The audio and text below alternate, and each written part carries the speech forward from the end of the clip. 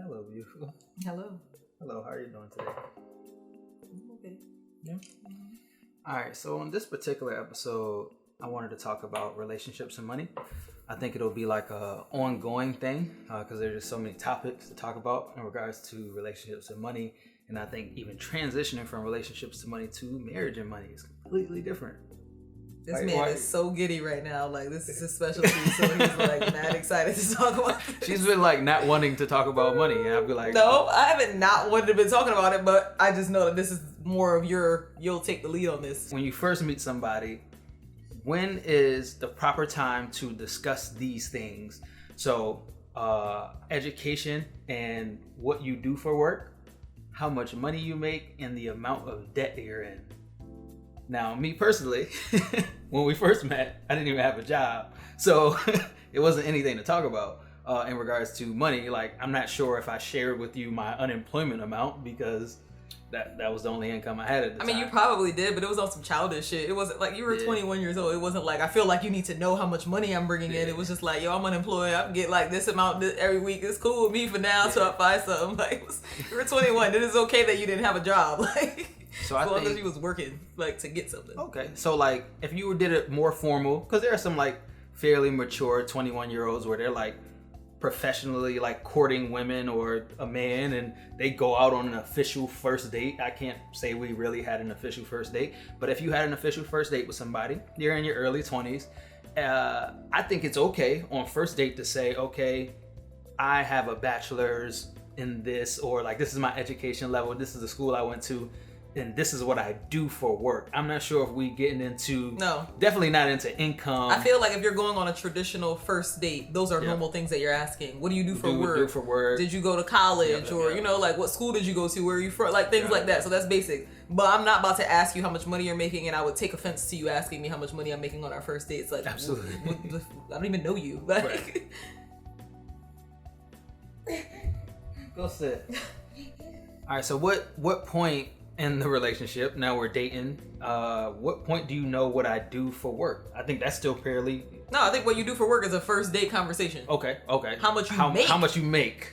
Because when I tell you, if I tell you on day one I'm a defense attorney, like you probably already in your mind like, oh, this guy got a couple dollars, whatever like that. You might not know what the exact range of amount, but you kind of know, like, you know. No?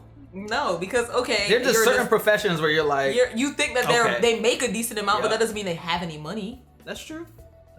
So no, I don't know. I think it differs for everybody as far as like some things come naturally to conversation, like because we start talking about finances randomly, and I feel like other people are like they need to know this, and I feel like that's when things get like defensive. Like, why are you so gung ho on how much I'm making? Yeah, some people are like very pushy. Yeah.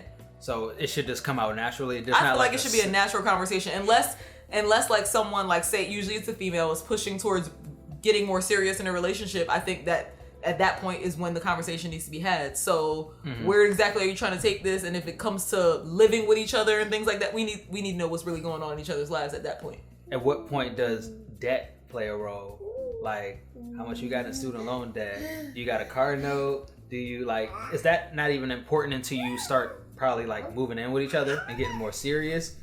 Like if you at mom's house and I'm at mom's house, or if I got my own place and we're not really together, does it really matter how much debt I got? No, right? Not really, but again, I feel like those are like it depends conversations. I don't feel like enough people talk about. I think enough people talk about probably what they make, but I don't think enough people are talking about debt.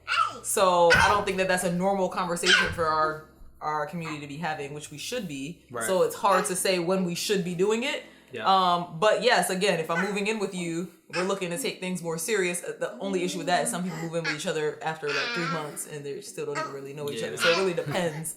But yeah, if I'm moving in with you and we're looking to take things serious, we're like talking about what we're trying to do next with each other. If we want to have kids, if we want to be married, that we need to talk about these things. Let's break it down. Like, where are we?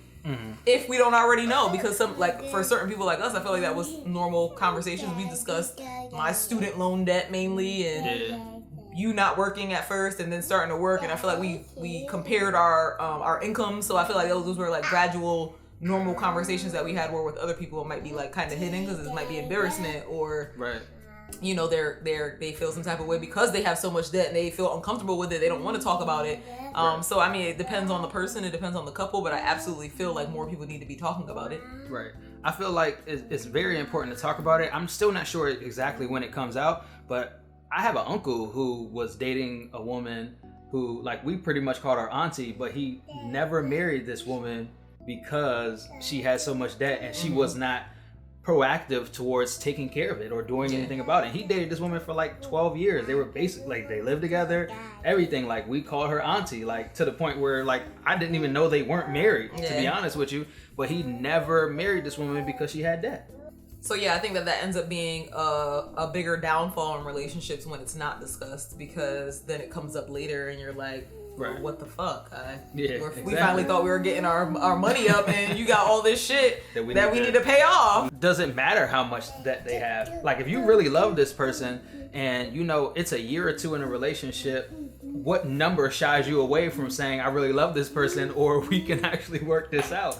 I think this is getting real deep. For the income and for the debt. I don't think that okay, I never had an issue with income. If I met you and you were making freaking $30,000, we're just gonna figure out how to get you to make more. Like, I'm all about partnership and figuring out how to get you to make more. Exactly. You can always make more money than that. We can figure that out. Now, debt, I don't think I'd be shied away by a certain amount, because it could be like you have a large amount from going to freaking school for like being a doctor or something.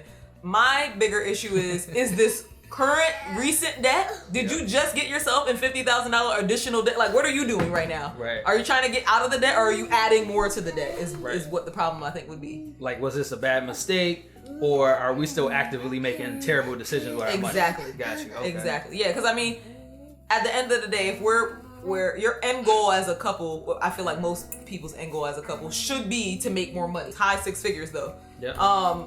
Everybody doesn't always have that mentality. You don't want to make that much money. You just want to be able to live securely. But I feel like you should have the mentality to make a large amount of money. So if you had a couple $100,000 in debt and it's old debt, it sounds crazy, but it wouldn't shy me away. No. As long as it's old debt, like school or something, you know, like something that as long as it's not $100,000 of credit card, like it's not some crazy, like you're literally just being irresponsible. Right. Then I'm okay with it, and us figuring out a plan to try and get you out of it, us out of it, because at that point I'm trying to take it on with you, us out of it.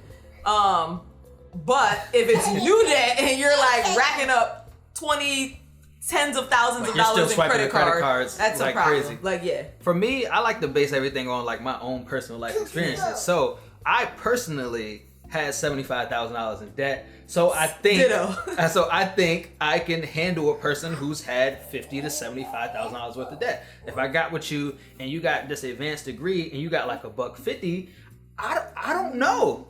I really don't know if I can handle that. I'm not sure. I've never handled that. If I got a buck, you never handle. Of course, you never handle. Yeah, can you move?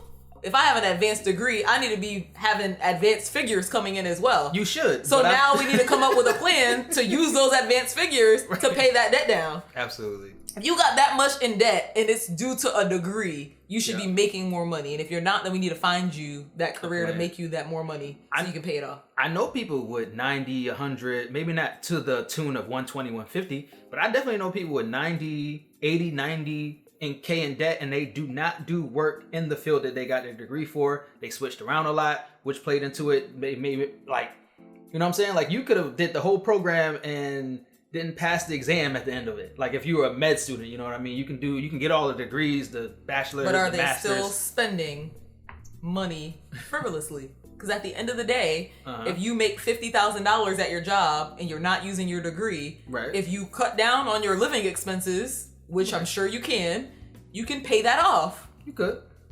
And then at some point within a year or two, I can get it down to a number that looks more like something we can handle as together. Yeah. Like, I think that when you get somebody who's in that high of a debt, that you just want to make sure that they're looking to lower the debt and they're working on lowering the debt. So you might have to be like, you know what? Your debt is really high. Let me see what you can do with your own debt first for a year. Yeah. And then we can come back to it, see how much you got it down, and if I feel like you actually did something to get it down, then I will work together to get it down together. So it's the mindset. So it's absolutely so the mindset. Income is like, okay, I would rather you have a higher income, but if it's lower, we can build that up. The debt is like, if you had the high amount of debt, how are you viewing it? Is why do you have this high amount of debt? What the hell's the debt from? Is it old debt or is it new debt? Are you still living as if you're adding more to the debt? Yeah. And are you doing anything to get the debt down? Or is this something you're like, I'm just gonna die with it? You're just like, fuck it. It's high as hell anyways. I'm just gonna live my best life. You know? So that leads into the next question,